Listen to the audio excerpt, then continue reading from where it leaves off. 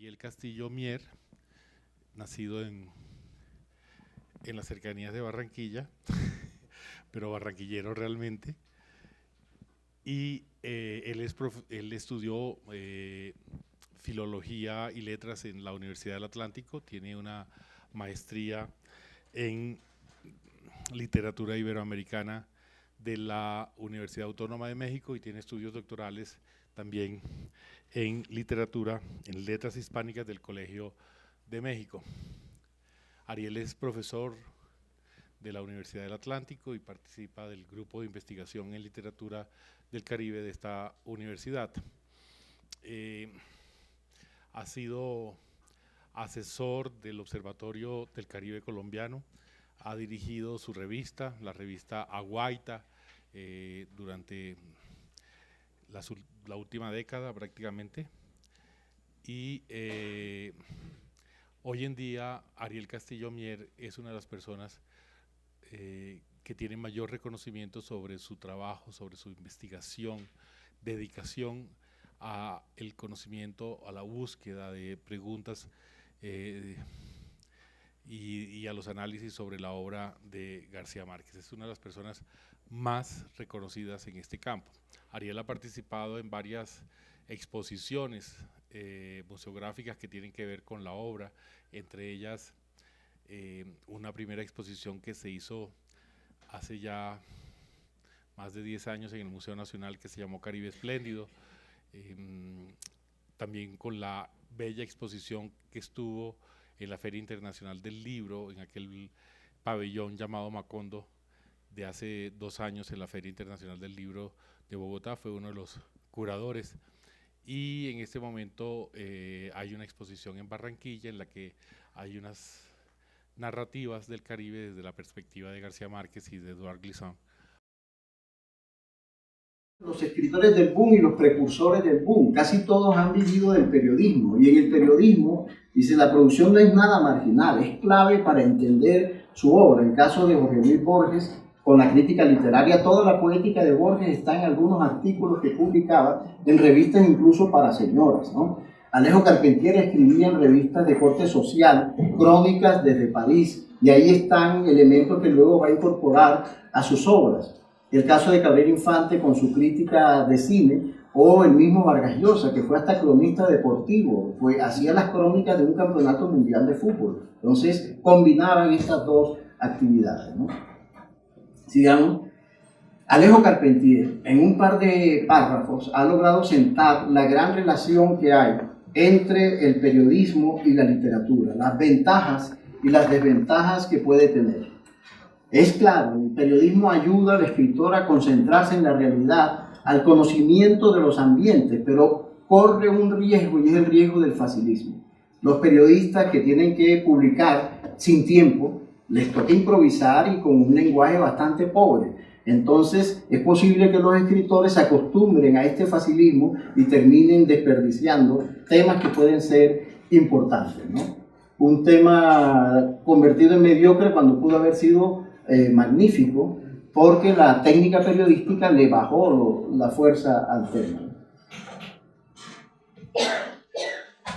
Bien, dice también entonces Carpentier que no se engañen, por ejemplo, con el caso de un Hemingway, que aparentemente escribe con una gran sencillez. Detrás de esa sencillez hay un ejercicio de romper, escribir, que hace bastante, lo que llaman la difícil facilidad, ¿no? Y cómo a veces, si la pluma se vuelve demasiado espontánea, puede acabar verdaderamente con un auténtico escritor. Eso es muy frecuente, ¿no? Sí, vale.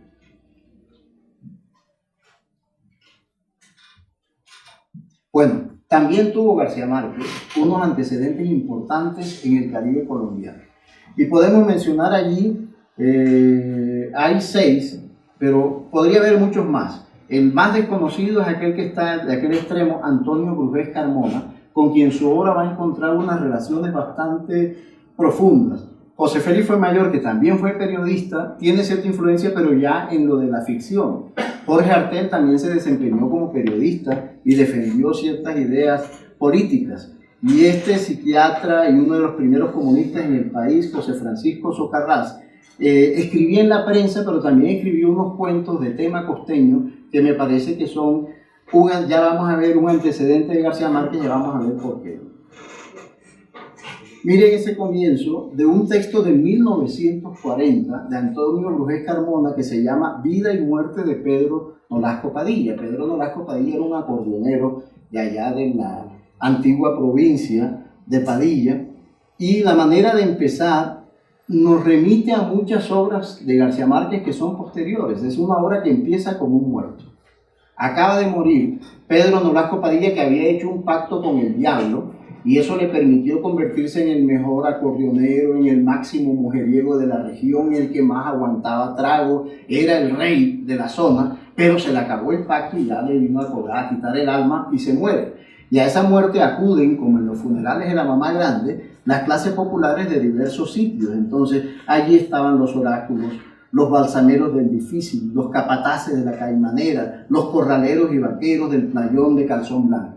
Así como vemos las similitudes, también podemos ver las diferencias, es decir, un liguismo un poquito silvestre de parte de este Antonio Brujés Carmona, como entre sendales de olvido, pero fíjense, es el mismo método que va a utilizar García Márquez más adelante para los funerales de la mamá grande y para su obra. Yo reconstruiría la soberbia arquitectura de aquella vida fantástica, amasada con sangre, amor y superstición. ¿Cómo? De los relatos de todas esas voces, es decir, incorporando las diversas voces populares para reconstruir desde esa perspectiva una visión del mundo, de los excluidos, de los vencidos, ¿no? Esto está en un libro que salió hace poco. Miren, la tercera resignación empieza con un niño muerto, ¿no? Que va a una segunda muerte y luego a una tercera.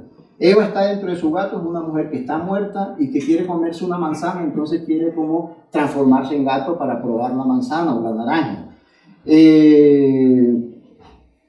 Tenemos allí la mujer que llegaba a las 6, allá hay un muerto, pero nunca se dice. La mujer dice que ha matado a alguien y está buscando como que una coartada. Diálogo del espejo, y lo mismo que la otra costilla de la muerte es la historia de un par de mellizos, uno de los cuales muere. Y entonces hay una conexión entre el muerto que está como absorbiendo al vivo. Otra vez muertos allí, ¿no? Tenemos el coronel no tiene quien le escriba, empieza con un muerto, la mala hora empieza con un muerto, la hojarasca arranca con un muerto, la mamá grande arranca con una muerta o alguien que va a morir. El 100 años de soledad empieza con un falso muerto.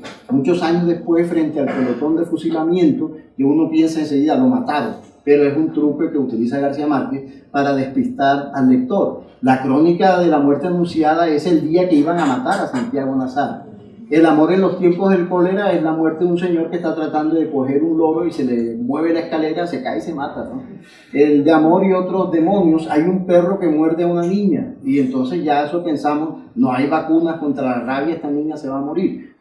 Todos giran alrededor de un muerto y eso está en este cuento de Antonio Brujés Carmona de 1940, ¿no? Sigamos. Miremos, esto ha sido el título pésimo de que le puso el editor, no era el del autor, Macondo visionado, pero bueno, con la cosa comercial, ¿no? Para llamar la atención.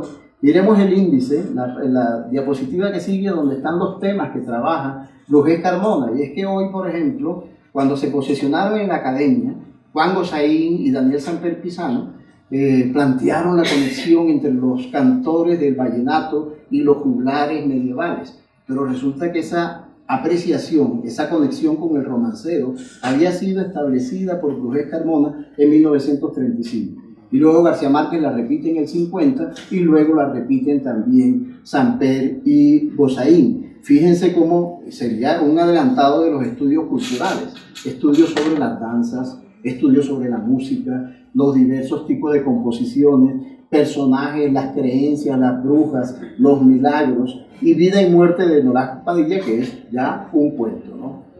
Sigamos. Miren, José Francisco Socarrás, que era un médico de Atanques, tengo entendido, escribió unos cuentos que se titulan Viento de Trópico. Los cuentos fueron publicados en periódicos y revistas en los años 40 y se los dio a un crítico bogotano que se llamaba Hernando Telles para que les escribiera el prólogo. Y Telles duró como 10 años para escribirle el prólogo, hasta el momento que él dijo, no, este libro se va sin prólogo, lo escribo yo. Y lo viene a publicar en 1961, unos cuentos que si se hubieran publicado en su tiempo hubieran mostrado pues la diferencia. Era un escritor que estaba un poco formado dentro del realismo socialista, pero sorprende que este cuento de los años 40 sería la primera vez que se registra el nombre de Macondo en la literatura, ¿no? Y está refiriéndose a una finca que estaba ya cerca de Aracataca, ¿no? Y el cuento termina como termina 100 años de soledad, con un viento terrible que se lleva los plátanos y se lleva las esperanzas de todo el mundo, ¿no?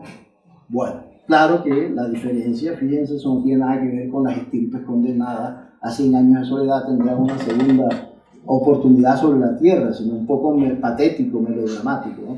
Sigamos. Bueno.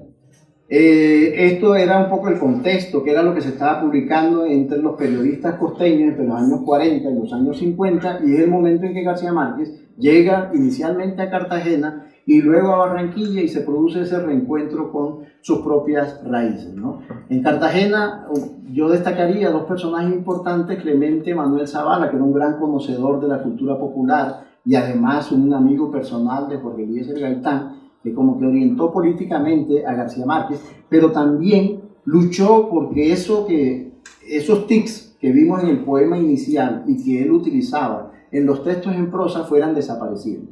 Entonces, con un lápiz rojo empezaba a tacharle todos esos lirismos en los que incurría el periodista incipiente. Ya Rojas Erazo venía con cierta experiencia en la creación poética y también en el periodismo, y se convirtió en una especie de maestro. Además de que ya había sido profesor de García Márquez en el colegio de bachillerato, le dio clases de libro, ¿no? Bien. Entonces estos dos escritores van a ser un gran estímulo para este muchacho que viene un poco desorientado en parte de Bogotá, con ganas de ser escritor, pero en una lucha grande con el padre, porque el padre lo que quiere tener es un abogado, digamos. Y de Cartagena se pasa al grupo de Barranquilla. En Cartagena había también Gustavo Ibarra Merlano, alguien que conocía muy a fondo los clásicos griegos, a los trágicos, Sófocles, y eso le sirvió como para equilibrar la formación de García Márquez, que lo que había leído hasta esa época era básicamente poetas modernistas y piedracielistas. Y también lo pusieron a leer a Edgar Allan Poe y a Nathaniel Hawthorne y a Herman Melville. Entonces va adquiriendo un bagaje que se fortalece con la llegada a Barranquilla, donde había un personaje interesante en la historia de la cultura del Caribe, que era el catalán Ramón Vinges. Por algo García Márquez le dedica un espacio al final de la obra, un tipo que manejaba como 7 idiomas y estaba al día en todas las literaturas universales, y era un gran conversador y los orientaba en cuanto a las lecturas. Discutían sobre Faulkner, sobre Virginia Woolf. Esta gente le llegó a leer a Cortázar cuando ni siquiera lo conocían, mucho en la Argentina. Ahí está García Márquez, lo podemos apreciar, digamos, está ahí el personaje, como dicen, llevado, ¿verdad? Flaco, casi que pálido, ojeroso. Ahí está Álvaro Cepeda Zamudio, ya con esa pinta rebelde que siempre manejó. El otro es el apellido Delgado, Rafael Escalona de Saco y Alfonso Fuenmayor, ¿no? Todos ellos van a incidir de alguna manera. Miraremos quizás el más importante, Álvaro Cepeda Zamudio, que se podría afirmar que fue el gran amigo de toda la vida de García Márquez. Eso por lo menos se puede constatar en las cartas que se dieron a la Universidad de Austin, donde ahí está el afecto, el aprecio de García Márquez por Cepeda. Sigamos. Bueno, entonces, no solamente Ramón Vinges era un gran conversador y un gran orientador, sino que escribió unos cuentos que ocurrían en el Caribe, los que le pasaban a los catalanes en el Caribe, unos cuentos con un gran sentido del humor. Y lo que retrata García Márquez en 100 años de soledad, creo que es una lección que él incorpora, ¿no? Hay una mezcla todavía de solemnidad, pero con irreverencia comadrera. Es la forma como hablaba de literatura Ramón Vinges, liberada de cualquier academicismo, aun cuando muy respetuoso con ciertas tradiciones, ¿no? Vinges fue un gran orientador y un gran apoyo cuando García Márquez le rechazan la novela y le dice en la Argentina, y se la rechaza Guillermo de Torres, un personaje muy célebre, porque no solamente le rechazó una novela a García Márquez, sino un libro de poemas a Pablo Neruda y otro a Octavio Paz. Entonces rechazó a 3 autores que luego se ganaron el premio Nobel, ¿no? Acertaba, pero por hierro, ¿no? Y hay otro escritor que es José Félix Fuenmayor, sí, sigamos, que era un cuentista ya mayor. Él había empezado a publicar en 1927 y 28 unas novelas urbanas y está leyendo los mismos autores, a Faulkner, a Hemingway, pero como él viene de otra formación, no cae en el fetichismo, en la admiración excesiva de Cepeda y García Márquez, y entonces los enseña a que sí pueden leer a esos autores, pero tomen distancia. Y además son unos cuentos, los que escribe por los años 50, muy arraigados en la oralidad del Caribe. El título es muy expresivo, La muerte en la calle, y sorprende la cantidad de afinidades sin que se conocieran entre este cuentista y lo que estaba haciendo Juan Rulfo, ¿no? En esa reelaboración de la oralidad. Bien, sigamos. Cepeda Zamudio fue clave en la formación de García Márquez. Tenía una situación económica resuelta, dueño de una cantidad de casas, manejaba varios idiomas, iba a los Estados Unidos. Y cuando García Márquez llega a Barranquilla, él le ofrece la biblioteca y le dice, llévate todos los libros que quieras. Y eso le facilitó, le solucionó a García Márquez un problema en su formación. Además eran los libros contemporáneos. William Saroya, Erskine Caldwell, William Faulkner, Virginia Woolf. Uno de esos libros de Virginia Woolf luego apareció en Cartagena, se lo había regalado Cepeda Zamudio, y García Márquez lo había firmado como si fuera de él, ¿no? Dice, el libro es de Gabriel García Márquez. Él adopta luego el seudónimo de Septimus en admiración por la vieja macha, como decían ellos, ¿no? Bueno, Cepeda Zamudio empieza a publicar hacia 1955-57 una novela que tiene el mismo tema, uno de los temas de 100 años de soledad, que es el de las bananeras. Y lo hace, García Márquez luego le escribe un prólogo y señala que el gran mérito es haber logrado el equilibrio entre la indignación y la nostalgia. Es decir, no haber hecho de la novela ni un panfleto ni una elegía. Cuando pensábamos en la elegía de la Marisela, yo recordaba lo que decía Charles Baudelaire sobre los poetas elegías, que decía que eran unos canallas, ¿no? Y entonces este es el cuidado que tuvo Álvaro Cepeda Zamudio de no caer en esa nostalgia frente a ese pasado, ¿no? Bien, la actitud humorística frente a la literatura y frente a la realidad es quizá una de las lecciones más importantes que le confiere el grupo de Barranquilla a García Márquez. Ahí comentaban, por ejemplo, los amigos cartageneros que cuando García Márquez estaba en Cartagena no decía vulgaridades. Y cuando llegó a Barranquilla, a los pocos meses ya iban a hablar con él y de 4 palabras eran 5 plevedades, ¿verdad? Había aprendido con Cepeda, que era bastante bravo con la lengua, ¿no? Bien, sigamos. Bueno, entonces Cepeda escribe el primer libro de cuentos modernos en la literatura colombiana. Hay un antecedente, Hernando Telles, pero lo de Telles sería como una especie de transición. Pero este ya es un libro, incluso absolutamente urbano, y con cuentos que ni siquiera ocurren acá, sino en los Estados Unidos. Y La Casa Grande es uno de los grandes experimentos de la literatura colombiana en cuanto a exploración de técnicas y al tratamiento, desde una perspectiva mítica, de un tema eterno. La Casa Grande recrea la muerte de unos campesinos por los soldados, es decir, el mito viejo de Caín y Abel, ¿no? Y en la Casa Grande hay un espacio que es absolutamente simbólico, que es un espacio salitroso, que es casi una alusión al purgatorio, al limbo, y ahí encontramos ya el manejo del tiempo circular que va a aparecer más adelante en 100 años de soledad, ¿sí? Junto a estos escritores, es decir, había como una especie de conjunción de voluntades y de poéticas. Los pintores también estaban trabajando los mismos temas. Y Alejandro Obregón, ahí tiene un cuadro donde aparece recreada el tópico de la violencia. Pero es un cuadro evidentemente artístico. Muchas veces vamos a encontrar en García Márquez esos cuerpos flotando en el agua con un gallinazo en el pecho, ¿no? Digamos. Esa es una mujer embarazada, ¿no? Que parece el paisaje completamente oscuro. Y hay otra pintora de la época, cartagenera, Cecilia Porras, que los acompañó en sus búsquedas y fue quien dibujó la portada de la primera edición de La Hojarasca, pero además ilustró los cuentos de Cepeda de todos estábamos a la espera. Entonces había como una especie de rejunta de todos estos espíritus en la música, era la época de Pacho Galán y de Lucho Bermúdez, en la literatura, en la pintura, todos tratando de entrar en la modernidad, de poner los relojes a la hora, ¿sí?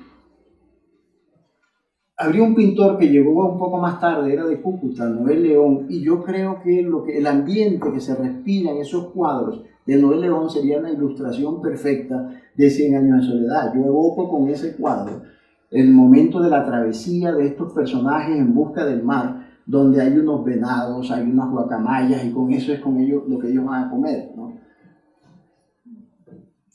Ahí están las casas de barro y cañabrava organizadas simétricamente y la convivencia pacífica con todos estos animales domésticos, ¿sí? Este cuadro, bueno, ya aquí de pronto un poco traída de las cabellos mi asociación, pero hay un episodio en 100 años de soledad donde José Arcadio II llega con una balsa, ¿no? Que es el único barco que llega a Macondo y no más. Esa balsa dejó un recuerdo, una memoria fuerte, porque venía llena de académicas francesas, o mejor, de putas francesas, perfumadas, llenas de colorines y de cosas que cambiaron las costumbres amorosas del Caribe. Bueno, ahí está el pueblo y al fondo el barco, ¿no? Bien.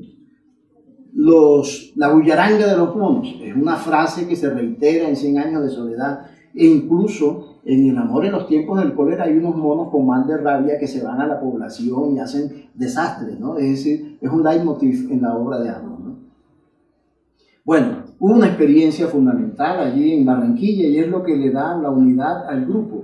Se unieron para fundar una revista en la que publicaban sus textos.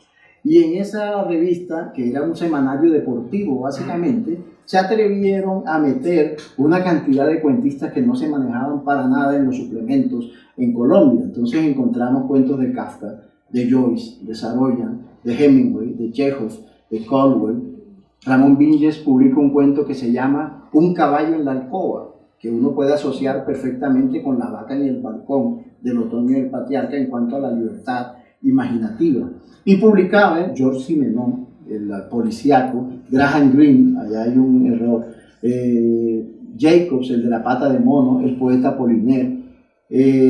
Miren, estos escritores no se manejaban, los hispanoamericanos. Feliberto Hernández era un desconocido general, pero esta gente tenía un amigo, dueño de una librería, la librería Mundo, y entonces por catálogo pedían lo que estaba saliendo. Feliberto Hernández es un escritor que más tarde, cuando Cortázar empieza a hablar de él, la gente lo van a admirar. Eduardo Mallea, Jorge Luis Borges, le publican 2 cuentos a Borges. Y había escritores colombianos como Morales Pradilla, y no se cerraban, Tomás Vargas Osorio, Arturo Laguado, Hernando Telles, pero más que todo publicaban sus propios cuentos. García Márquez, Cepeda Zamudio y Fuenmayor. Crónica, desafortunadamente el Comején acabó con esa colección. De 56 números aparecieron como 8 completos, el resto no hay, sino los índices que se publicaban en el Heraldo permiten más o menos imaginar qué era lo que estaban publicando, ¿sí? Hay un texto de García Márquez en esta época donde ya ha incorporado esa experiencia del periodismo y hace una visita a La Mojana y escribe este texto que fue publicado inicialmente en Lámpara. Se aplazó, eran 4 artículos, se publican más años más tarde, pero inicialmente es La Sierpe y la ilustración, tengo entendido que es de Enrique Grau, otro costeño cartagenero que participa de manera conjunta en ese proyecto, ¿no? Si ustedes se leen La Marquesita de la Sierpe, esa historia, van a encontrar que ahí está ya el lenguaje de 100 años de soledad en 1951. Sigamos. Esta es la ilustración del elemento mítico, cómo se crea una isla, porque hay un viaje de ganado dando vueltas y tanto caminan que hunden la tierra, sale el agua y se crea la isla, ¿no? Y tienen la posibilidad de gobernar a los caimanes, a las culebras. La historia empieza con un tipo que va de un doctor a decirle que le saque un micro que tiene en el estómago. Bueno, por esta época, García Márquez, como decíamos, emprende el viaje a la semilla, aprovecha sus trabajos en los periódicos y se va a recorrer los pasos de su familia en sentido contrario. La familia que viene de Barrancas, Guajira, y va pasando por Aracataca, por Barranquilla, por Cartagena, él va en el sentido contrario. Y en una carta, de las pocas de él que son públicas, él destaca que ha pasado por allá por Aracataca, esto es de 1952. Y ahí está, como quien dice, concebido el proyecto de lo que va a ser 100 años de soledad, ¿no? Es una aldea polvorienta, llena de silencio y de muertos, y están muriéndose los militares, y ahí está la imagen del viejo coronel, y una cantidad de vírgenes de más de 60 años, dicen, oxidadas, ¿no? Es el Macondo posterior a la infamia de las bananeras de 1928, y el diluvio.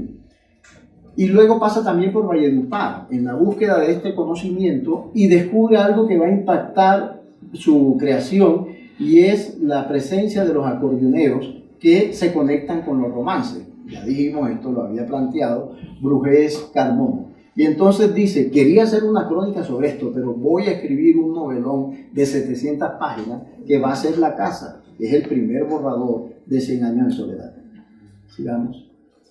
Todo esto es la zona que recorre García Márquez o que está vinculada a su obra. En Barrancas, Los Abuelos. En La Paz escribió una de esas crónicas más importantes, algo que se parece a un milagro, que es una crónica sobre un pueblo donde ha habido una masacre. Los músicos no quieren tocar el acordeón y ellos van y hablan con ellos y hablan con las mujeres y estas presionan y terminan en una fiesta, ¿no?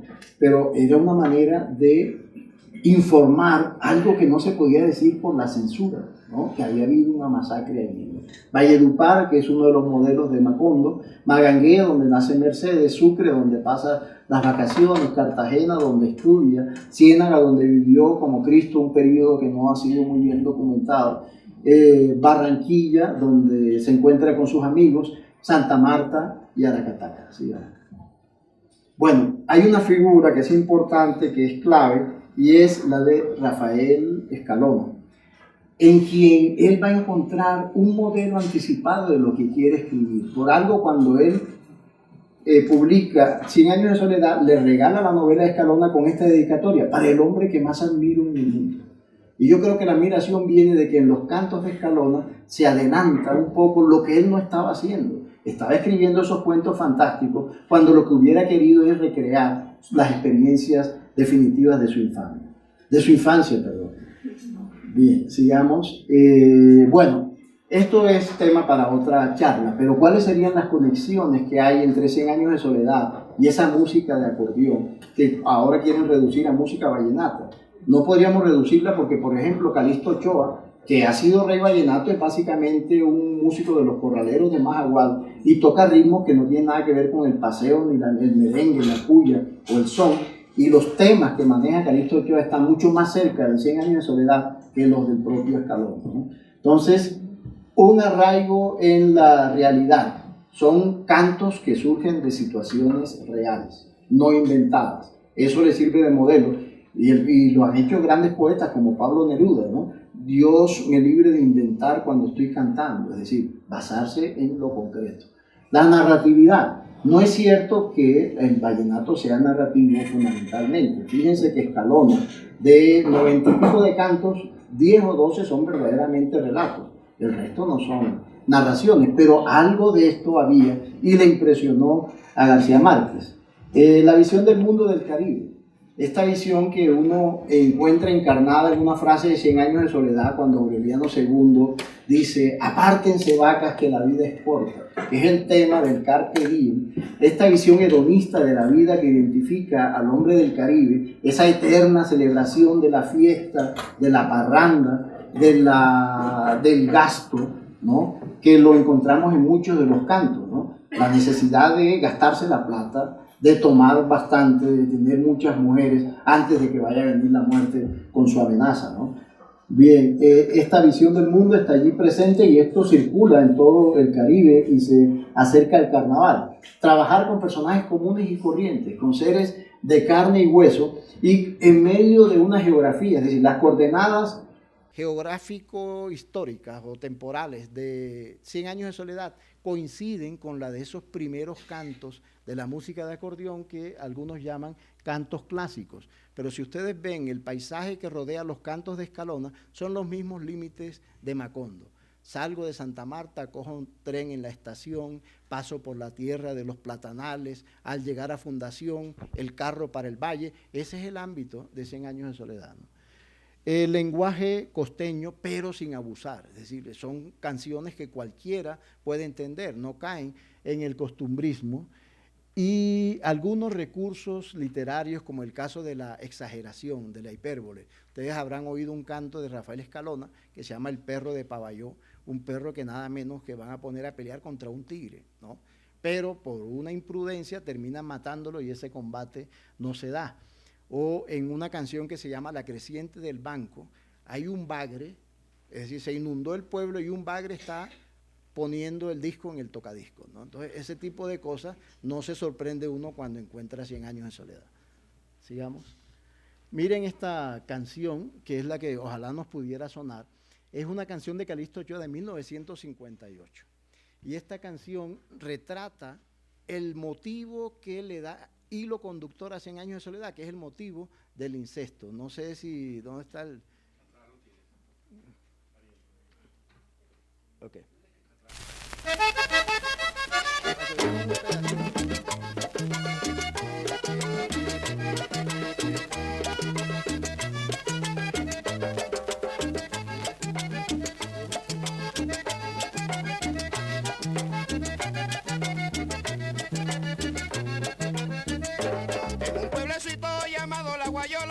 En un pueblecito llamado La Guayola, salió una señora encinta de un hermano.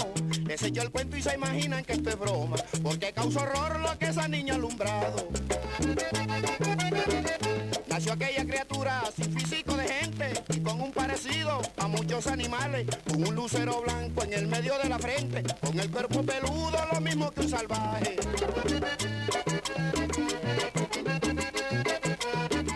También nació con rabo igual a un mico y otros defectos raros en su cuerpo, como sería de tan mal parecido que hasta la madre se privó del miedo.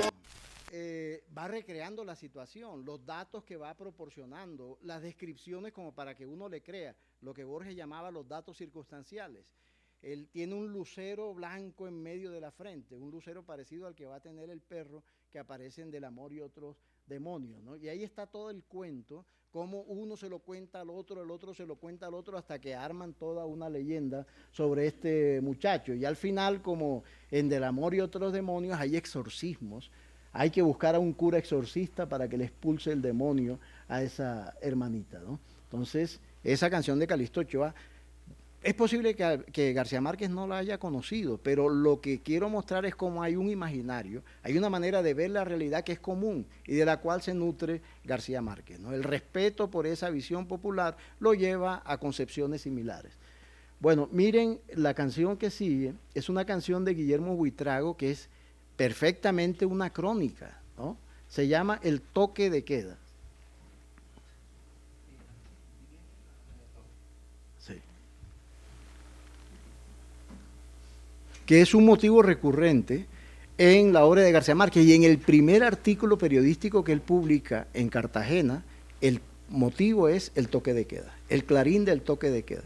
Pero fíjense cómo Buitrago, quién sabe si la canción sea de Buitrago, pero cómo le quita todo, digamos, el carácter negativo cuando habla del toquecito de queda, como si no estuviera pasando absolutamente nada.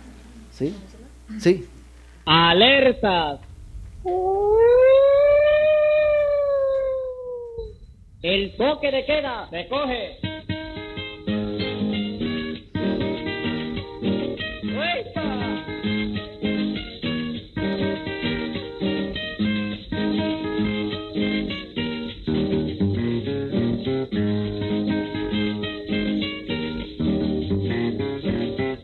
El pueblo se ha alborotado y alerta están en la espera.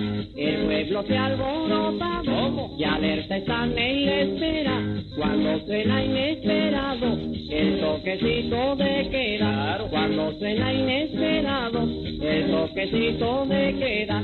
Todos corren a sus casas, de las 6 en adelante. Todos corren a sus casas, de las 6 en adelante. Las niñas corren descalzas, las cosas están tirantes. Las niñas corren descalzas, las cosas están tirantes. Se puede apreciar cómo hay toda una recreación de lo que ocurre en el pueblo, ¿no? Y la última estrofa, que es la que habla de los lalos mondan los dientes. Los lalos son los ladrones. Como hay toque de queda, están sin trabajito.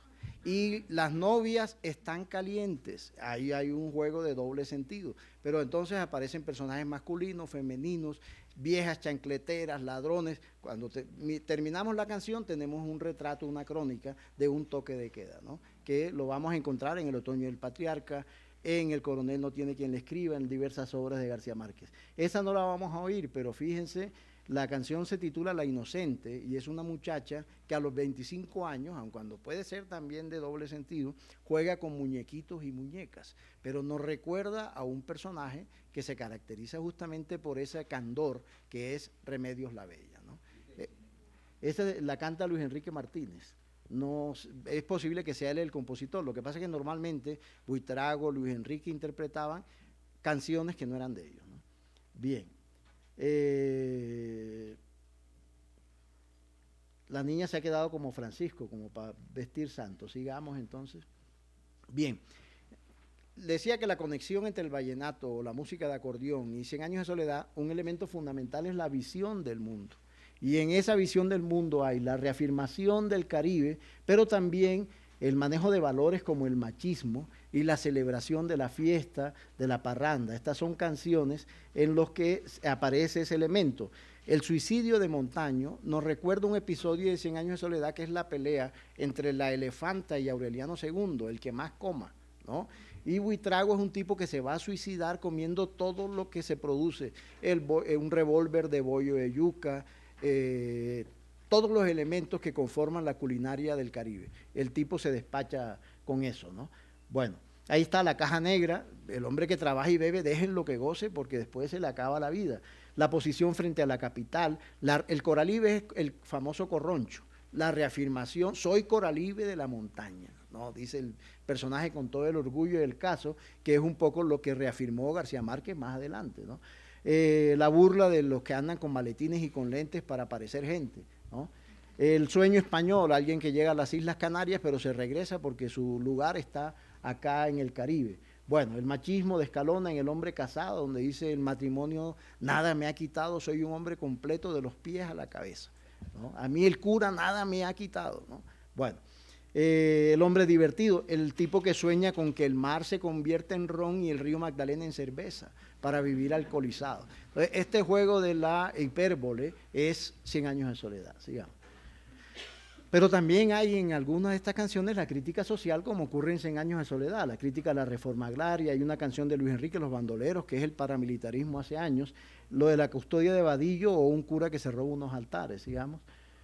Pero esto es fundamental. Si algo muestra 100 años de soledad es el drama de la modernidad en los pueblos del Caribe y de Hispanoamérica, ¿no? Cómo la llegada de estos nuevos inventos altera las relaciones quizá paradisíacas, armoniosas que hay al interior de la comunidad.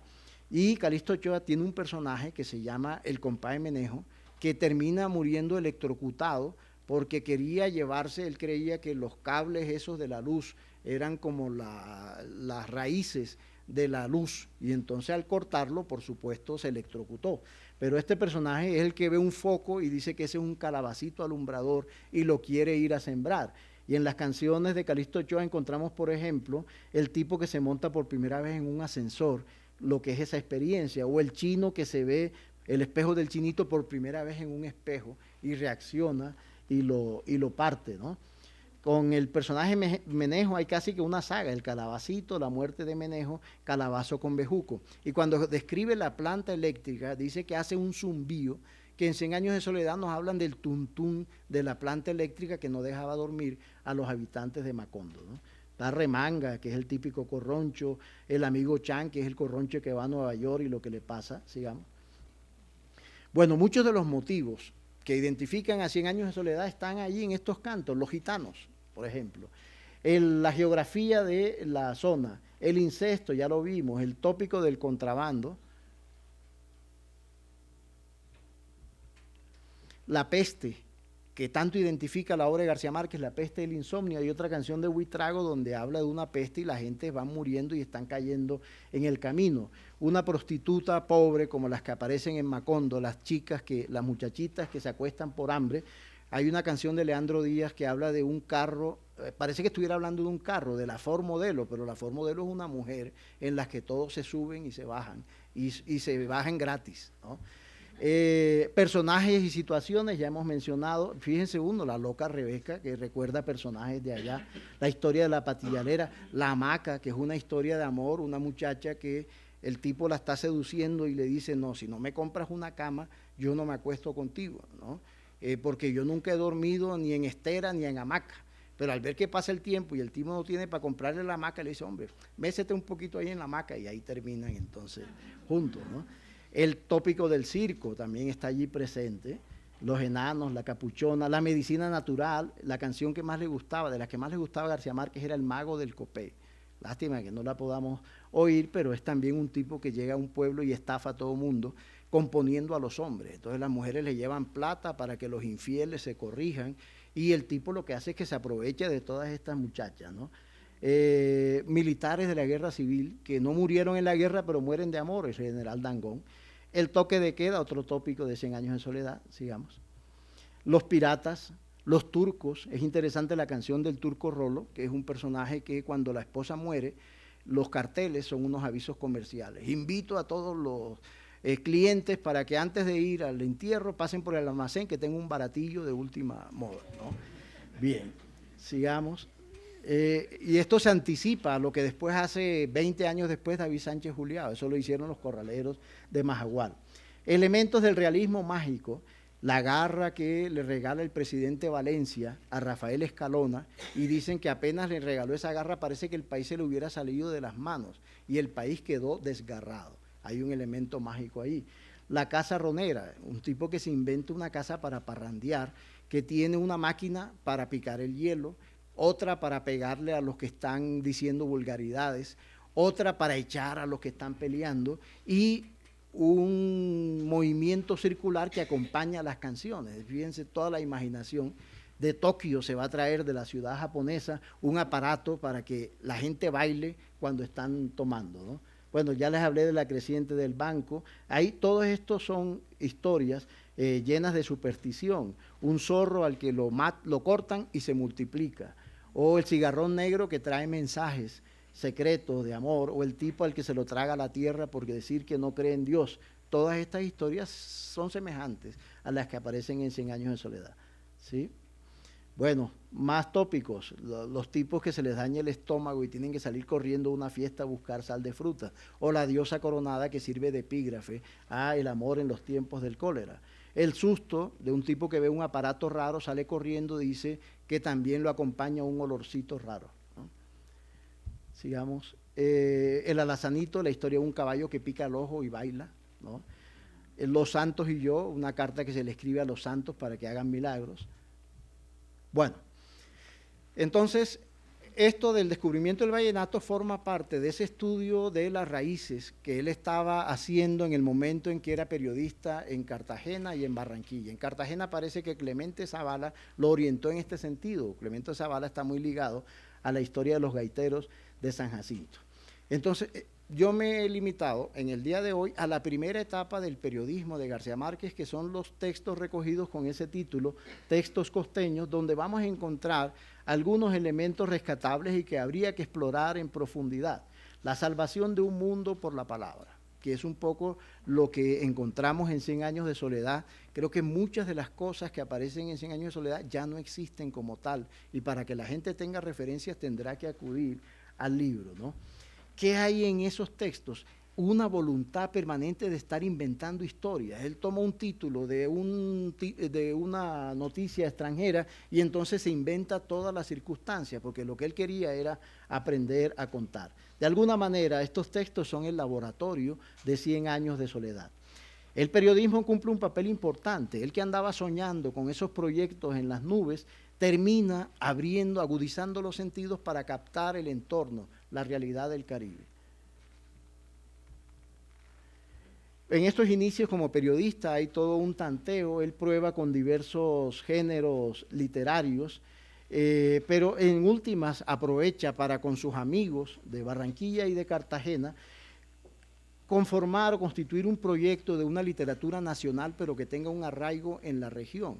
Pero a partir de una conciencia que la región del Caribe no es una región limitada de Colombia, sino una suprarregión que tiene comunicación con el exterior, con las Antillas, y que conforman todo un universo que ha sido, podríamos hacer una antología de textos en los cuales se burlan o se desprecia esta cultura, ¿no?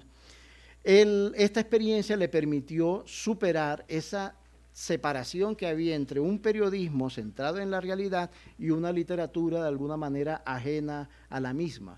Con este ejercicio se van aproximando los dos géneros. ¿Sí? Hay unos cambios fundamentales con esta experiencia literaria. Se pasa de la abstracción a lo concreto y hay un estrecho contacto con la realidad. De lo ilegible, es que intenten ustedes leerse Tubalcaín forja una estrella.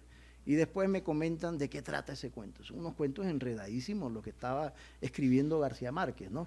Pero el periodismo lo obligó a comunicarse con el público y cambió, como quien dice, la frecuencia, y se pasa de lo ilegible a la comunicación. El aprendizaje de la escritura, el empeño estilístico, el esfuerzo que hace que estos textos periodísticos todavía estén vivos, mientras que los cuentos, si no están muertos, están agonizando. Digo esos de Perro Azul, ¿no? Ojos de Perro Azul. Esos textos anuncian muchos de los elementos que van a constituir la obra posterior, pero lo importante es la transformación en la visión del mundo que va a incorporar el humor y esa lucha contra la solemnidad que él le atribuye a la capital de la República. Hay una aproximación a la cultura popular frente a esa idea también del centro de más bien ilustrarse con la cultura francesa o la cultura extranjera y despreciar lo indígena y peor, lo que tenga origen, lo que huela africano, ¿no? Bien. Bueno, luego de esta experiencia en Barranquilla, se va García Márquez a Bogotá y se convierte en un reportero.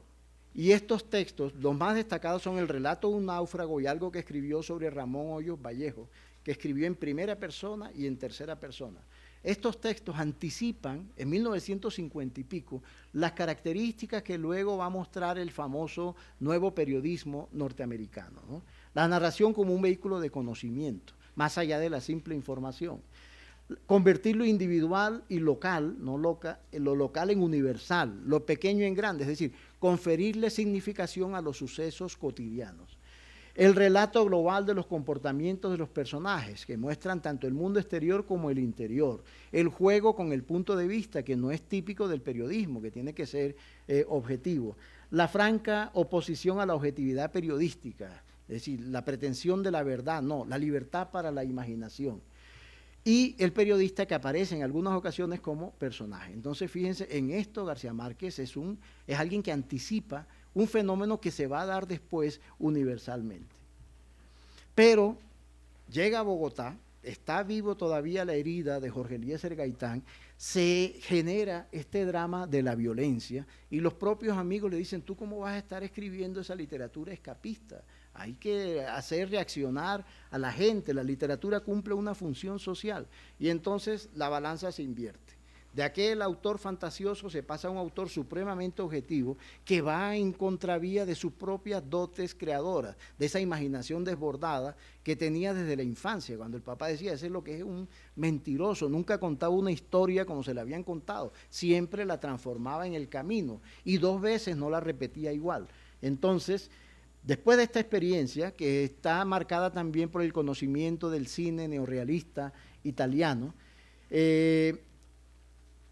redacta una escritura absolutamente objetiva, que es la del coronel no tiene quien la escriba y en la de la mala hora, pero se ve que ahí el escritor va frenado, que está limitado. A pesar de la belleza en el tratamiento del lenguaje, se ve que la novela está como contenida, no estalla en ningún instante. Y hay dos etapas posteriores. Él abandona ya el periodismo cuando tiene líos con prensa latina. En Nueva York lo amenazan de muerte y deciden, bueno, vámonos de aquí. Llegan a México y cuando al poco tiempo de estar en México, su gran amigo Álvaro Mutis le da a leer la obra de Juan Rulfo, que es una experiencia, una epifanía similar a la de la Metamorfosis. Descubre que la literatura es imaginación, que no hay que respetar las relaciones de causa a efecto, que el tiempo no es lineal, que puede ser circular, y entonces se libera completamente. Lo primero que publica un poco antes, Los funerales de la mamá grande, que es un inventario de todos los contextos que va a manejar en 100 años de soledad. Y un cuento que es como un borrador de 100 años de soledad que se llama El mar del tiempo perdido, donde se le va la mano en los elementos imaginativos, pero ya se suelta de eso. Estaba en un callejón sin salida, lee a Rulfo y se viene con 100 años de soledad.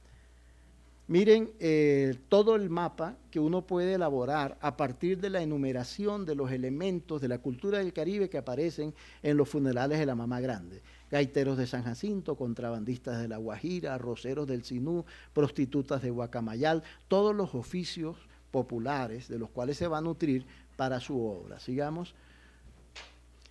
Y aquí teníamos, simplemente para que ustedes lo vean, el ejercicio lo hacen allá, las conexiones que se pueden establecer entre ese periodismo inicial y 100 años de soledad. Frases que él aplica a Álvaro Cepeda Zamudio, prácticamente de manera textual las va a repetir en 100 años de soledad. Esto es un retrato de Cepeda Zamudio, este es 100 años de soledad. Sigamos. Ya aparecen, y que el aviso más lindo del mundo, escribe él, se tejen palmas fúnebres. Le impresiona tanto que le da una importancia especial en 100 años de soledad para recrear el modo de vida de Fernanda del Carpio, el personaje que viene del interior y se va allá a la costa y termina imponiendo sus costumbres de puertas cerradas, de comer como con 60 cubiertos en la mesa, etcétera, etcétera, ¿no? Bueno, ahí está entonces ese elemento, sigamos. Las alfombras mágicas ya aparecen en el periodismo de Cartagena y van a aparecer nuevamente en 100 años de soledad, en un texto de 1948. Ya está eso en la cabeza de García Márquez. Sigamos. Miren, esto es importante. El primer artículo periodístico de García Márquez registra la presencia de Francis Drake, el pirata. Dice que parece que estuviera en la bahía con sus naves de abordaje. Y Francis Drake es un personaje fundamental en 100 años de soledad, porque a partir de él se generan los éxodos y los movimientos que van a culminar en el incesto de Aureliano Babilonia con su tía, ¿no? Entonces, con Amaranta Úrsula. Esto que era un motivo suelto, fíjense la importancia que cobra en 100 años de soledad. Sigamos. Los animalitos de caramelo, que parecían como un cuadro costumbrista en el periodismo, resulta que van a ser los que van a propagar la enfermedad del insomnio, que es una enfermedad que está haciendo que los indígenas y todos pierdan la memoria. Es una manera de ver lo que ha pasado con la cultura indígena entre nosotros, ¿no? Bien, sigamos. Sus amigos los retrata, termina incluyéndolos en la novela, describe la escritura de Ramón Viñes y casi con los mismos términos aparecen en 100 años de soledad, ¿sí? O sea, ya tenía en la cabeza lo que iba a escribir 15, 17 años después. Otra vez el motivo de los amigos. Viñes, cuando va a viajar, como casi todo intelectual, torpe con el manejo de las cosas del aeropuerto, tienen que pegarle con alfileres el pasaporte, lo que sea, igual pasa en 100 años de soledad, ¿no? Sigamos. Pero hay un elemento clave, en alguna ocasión lo señaló también Conrado Zuluaga, algo que funciona como una poética, la importancia de los olores, dice él, para caracterizar a los personajes. Y cómo eso se desarrolla en 100 años de soledad, donde cada personaje tiene un olor que lo singulariza, ¿no? Crespi huele a lavanda y espliego, en contraste con Pilar Ternera que huele a humo, ¿no? o el cadáver de José Arcadio que huele a pólvora, y Aureliano José que huele a rebaño, y los militares que huelen a betún, Venecia que huele a fango, etcétera, ¿no? Hay una obsesión con fijarle un olor a cada realidad, ¿sí? Fíjense, este personaje de Amaranta que teje su propia mortaja ya aparece en los textos costeños, en un texto en Barranquilla, ¿no? Y lo comparan con el personaje de La casa de Bernarda Alba, la coronela Montero, ¿sí?